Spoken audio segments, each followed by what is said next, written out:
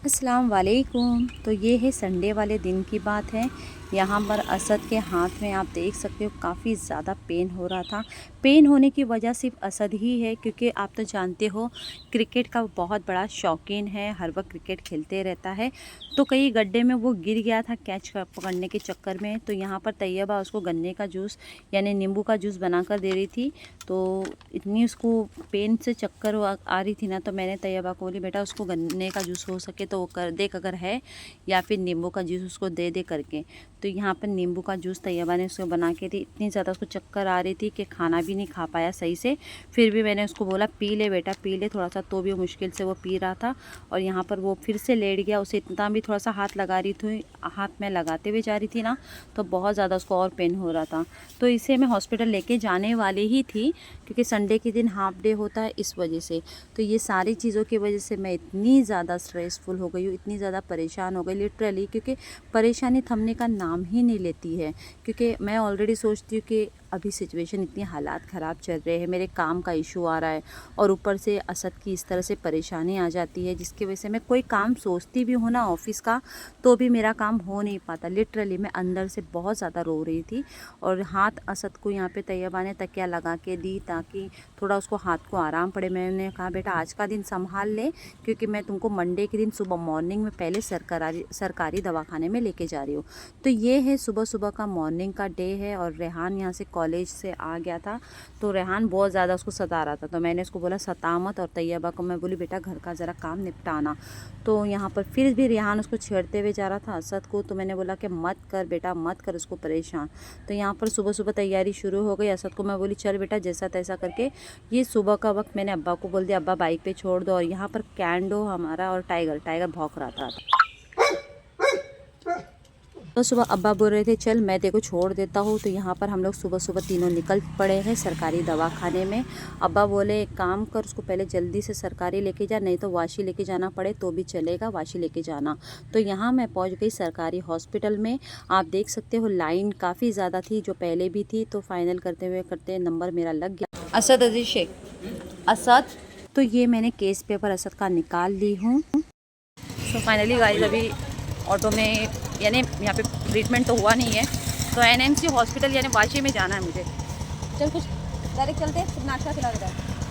चल तो डॉक्टर ने कहा कि यहाँ पे इक्विपमेंट नहीं है इन लोगों के पास ज़्यादा, तो इस वजह से वाशी ही जाना पड़ेगा, क्योंकि इसकी हड्डी का बहुत ज़्यादा प्रॉब्लम है गाइस। अब क्या करेंगे, खेल खेल में ना बहुत भारी पड़ जा रही है चीज़ें, इसलिए इसको हर वक्त समझा दिया। और ये फर्स्ट टाइम नहीं हुआ इसका थर्ड बार ये हुआ है। सेकेंड टाइम पे तो 2 बार प्लास्टर भी लगाए थे हाथ में। वाशी जाना पड़ेगा गाइस मुझे फटाफट। चलिए मैं निकलती हूँ गाइस, आप लोगों से जुड़े भी रहते। वाशी निकलने से पहले सबसे पहले 4 फाटे पे मैंने असद को बोला है पहले नाश्ता तो कर ले, क्योंकि वहाँ पहुँचने के बाद कितनी भीड़ होती है, लाइन लग जाती है इस वजह से।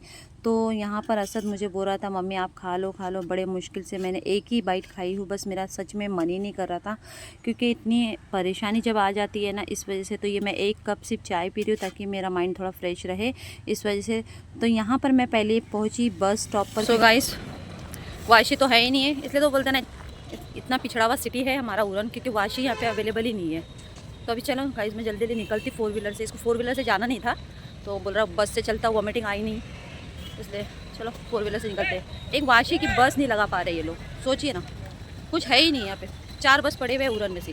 वाशी वाली बस भी अवेलेबल नहीं थी, इसलिए हमने सोचा इको वाली टैक्सी से चले जाना चाहिए। बहुत अफसोस की बात है कि एक भी कनेक्टिविटी मिलती नहीं चीज़ों की। सिर्फ एक हाथ के फ्रैक्चर के लिए वाशी जाना पड़ रहा है। यानी आप सोच सकते हो कि उरन के म्यूनसिपलिटी हॉस्पिटल में यानी सरकारी हॉस्पिटल में ये भी चीज़ की अवेलेबिलिटी नहीं मिल पाती है। थोड़ी थोड़ी चीज़ों के लिए ये लोग वाशी ही भेजते हैं सभी पेशेंट को। अब क्या कर सकते, कोई ऑप्शन ही नहीं है। और ये रही ट्रैफिक में पूरा जाम हो गया है, इस वजह से काफ़ी ज़्यादा लेट हो रहा था, लेकिन जैसे तैसे ट्रैफिक हट चुकी है। और फाइनली हमें ऑटो पकड़ना था यहाँ पर, तो ये मैं उतर गई थी। और ये एक लड़की थी, एक्चुअली इसने हमारे ऑटो का पैसा भरा। मैंने इनको बोला अरे नहीं तो वो बोली नहीं रहने दो कोई बात नहीं, मैं तो वैसे भी वहीं जा रही थी। तो फाइनली उन्होंने हमारे जो ऑटो का पैसा भी उन्होंने भर दिया, और हम लोग फाइनली वाशी यहाँ पर पहुँच गए हैं। फाइनली हम लोग हॉस्पिटल पहुँचने वाले हैं गाइस। जो हमारे सीट के बाजू में बैठे थे उन्होंने पेड किया पेमेंट, उन्होंने बोला कोई बात नहीं, थैंक यू सो मच।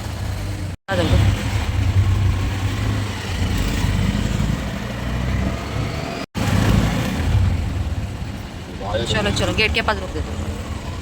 तो ये रहा वाशी का एनएमसी हॉस्पिटल और आप देख सकते हो यहाँ की गर्दी से ही पता चल सकता है आपको कि यहाँ पर कितने लोग दूर दूर से आते हैं। इतनी सारी भीड़ हो जाती है क्योंकि सबसे मोस्ट इम्पॉर्टेंट है यहाँ की फैसिलिटीज़ और यहाँ की इक्विपमेंट्स। कोई भी चीज़ों के लिए आपको कहीं भी बाहर जाने की ज़रूरत नहीं, चाहे ऑपरेशन से क्यों ना हो।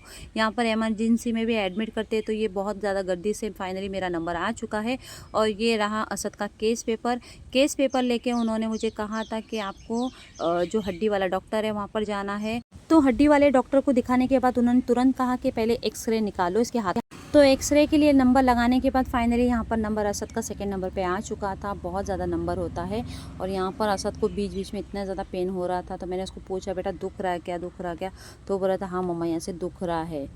जैसे तैसे करके असद का नंबर आ गया है और आप देख सकते हो मेरे फेस के रिएक्शन से समझ सकते हो मैं बहुत ज़्यादा परेशान हूँ। सच में आंसू भी निकल रहे थे। असद ने देख लिया मेरे आंसू को और ये देखते देखते असद अंदर चला गया। अल्हम्दुलिल्लाह असद का भी हो गया फटाफट एक्सरे होने के बाद बाहर बैठने के लिए बोले थे। तो यहाँ पर असद को बहुत ज़्यादा पेन हो रहा था। मैं बोली बेटा रुक जा ज़रा, पहले एक्सरे का रिपोर्ट ले लेते हैं। और फाइनली डॉक्टर ने उसका एक्सरे का रिपोर्ट दे दिया जल्द से जल्द हो गया। तो ये लेकर मैं निकल गई वहाँ पर डॉक्टर को दिखाने के लिए। लेकिन OPD 1:30 बजे ही बंद हो जाता है, इस वजह से मुझे नहीं पता था OPD का हिसाब किताब यहाँ का। तो ये बंद हो गया था। अब इसे इतना पेन ज़्यादा हो रहा था, मुझे लगा शायद खाने की छुट्टी में इन लोग चले गए होंगे। तो इतना ज़्यादा पेन की वजह से मैं डॉक्टर को वहाँ पर पूछ रही थी कि क्या हुआ। एक तो OPD का तो बोले बंद है, अब कल आना पड़ेगा। तो इतना ज़्यादा प्रॉब्लम की वजह से मैं और ज़्यादा परेशान हो गई। अब मैंने सोचा कि चलो किसी और नर्स को ढूंढ कर मैं उनसे बात करती हूँ। फिर भी मैं असद को हैप्पी रखने के लिए उससे बात कर रही हूँ कि असद हैप्पी कर, खुश रहे बेटा, ठीक हो जाएगा ठीक हो जाएगा। यहाँ पर मैं किसी को पूछ रही डॉक्टर का, तो वो बोले नहीं डॉक्टर तो नहीं है, OPD में अब बंद हो गया है। तो यहाँ पर एक नर्स है, उन्होंने कहा कि यहाँ पर आपको मिल जाएगा, इंजेक्शन शायद दवा ववा दे देंगे। तो यहाँ पर मैं दूसरे डॉक्टर को पूछने गई कि सर ये क्या हो गया। तो ये देख सकते हो बहुत ज़्यादा लाइन लगी है। तो ये यहाँ पर बाहर मैं लाइन लगाने के लिए खड़े हो गई हूँ। तो दूसरे डॉक्टर को दिखाने के बाद उन्होंने मुझे मेडिकल भेजा है। फ्रैक्चर हो गया फाइनली है ना, ओए फ्रैक्चर अच्छा कर। तो असद का फ्रैक्चर हो गया है तो उसे ये बेल्ट लगाने के लिए बोले थे, लेकिन प्लास्टर लगाने की ज़रूरत नहीं पड़ेगी। बेल्ट कम से कम 1-1.5 महीना रखना होगा। तो यहाँ पर मैं डॉक्टर के पास लेके गई अंदर। तो मेडिकल वाले को भी बोला तो कम से कम इसका बिल है 650 रुपया लिया है सिर्फ ये बेल्ट का। आप खुद सोच सकते हो आजकल सरकारी हॉस्पिटल क्यों ना हो, पैसे का तो बहुत बोलते ना, कोई भी चीज़ लाने का है बाहर से तो बहुत ज़्यादा महंगाई है। हर चीज़ कोई चीज़ की फैसिलिटीज़ अवेलेबल नहीं होती। तो यहाँ पर ये डॉक्टर ऐसे नया बेल्ट लगा रहे थे। तो मैंने वही थोड़ी थोड़ी क्लिप ले ली बीच बीच में। तो मैंने उनको बोला कि सर प्लास्टर लगा दीजिए। तो उन्होंने कहा कि प्लास्टर लगाने की बिल्कुल ज़रूरत नहीं पड़ेगी, इसी से ठीक हो जाएगा, 1-1.5 महीना रखो। और ये फाइनली असद निकल गया है बाहर। असद को मैं बोली इधर देख बेटा आप ठीक है? तो बोला हाँ मम्मा आप ठीक है। तो पेन किलर की भी दवाई लेने के लिए उन्होंने बोले। तो यहाँ पर मैं लाइन लगाई हूँ दवाई लेने के लिए। तो मैंने उसको बोला तू यहाँ पर बैठ जा आराम से, मैं दवाई ले लेती हूँ। तो फ़िलहाल तो खाली ही था, ज़्यादा भीड़ नहीं थी। तो ये दवाई लेने के लिए मैं खड़े हो गई यहाँ पर। और असद को बोले अब टेंशन मत ले, दवाई टाइम पे खाना है। और ये पूरा होने के बाद हम लोग फाइनली निकल पड़े घर के लिए। तो तकरीबन कुछ हम लोगों को लग गया है 11:30 बजे मैं यहाँ पे पहुँची और तकरीबन यहाँ पे मुझे 2:30 बज गए यहीं पर। तो अब मैं घर निकल रही हूँ। चलो गाइस फाइनली अभी निकलती हूँ। हाथ का फ्रैक्चर हो गया था इसका और देख सकते हो बहुत अफसोस की बात है, लेकिन के उरन में कुछ फैसिलिटीज़ नहीं है ना गाइस। इतना दिल रो रहा था मेरा अंदर से कि इतना दूर मुझे आने की ज़रूरत पड़ रही थी। और यहाँ पर छठ से यानी मैं समझ लो 11:30 बजे पहुँची और 2:30 बजे तक पूरा काम हो गया था। और डॉक्टर लोग नहीं होने के बावजूद भी इमरजेंसी में थे, तो इसको पेन ज़्यादा हो रहा था, इस वजह से हो गया गाइस। तो इस वजह से गाइस बहुत दुख हो रहा था। सच में मुझे इतना रोना आ रहा था ना गाइस कि मैं अपने आप से अंदर से रो रही थी कि इतनी तकलीफ उठाकर यानी ये सब चीज़ें करके आना पड़ रहा है ऊपर। चलिए गाइस मैं इसको पहले कुछ खिलाती हूँ फिर निकलती हूँ घर पे। गाइस इसको पहले सैंडविच खिला देती हूँ, भूख लग रही है ना उसको। है भैया बना दो ना, सैंडविच बना लेती हूँ गाइस। अच्छा तू वहाँ से ले ले, मैं ये खा लेती हूँ, एक बना दो। कि मैं कुछ खा रही हूँ गाइस, एक मसाला डोसा बनाने लगा रही हूँ, कर दी मैंने। तो चलिए गाइस मैं आपसे फिर फुर्सत में बात करती हूँ। फिलहाल अभी मसाला डोसा भी नाश्ता वाश्ता यानी समझ लो अभी खा रहा है। और सुबह भी खा रहा था लेकिन ज़्यादा बोलते ना वो ज़्यादा पेन की वजह से खा नहीं पा रहा था। तो फिलहाल मैं भी अभी खा रही हूँ अच्छे से। मेरे को बहुत इतना दुख होता है कि उरन में इतनी चीज़ें होने के बावजूद फैसिलिटीज़ क्यों नहीं है हॉस्पिटल में, और दुख होता है इसी चीज़ का। इतने दूर दूर हॉस्पिटल आना पड़ता है हम लोगों को वाशी में। तो चलिए ब्लॉग एंड यहीं करूँगी। दुआ में याद रखिए गाइस, अपना ख्याल रखिए और बने रहिए मुझसे। और जो भी दिल खोल के बात करना है तो इंशाल्लाह मैं घर आके ही कर जाऊँगी ना, तो इंशाल्लाह आपसे दिल खोल के बात करूँगी इस टॉपिक पर कि क्या प्रॉब्लम और क्या मुसीबत झेलना पड़ता है।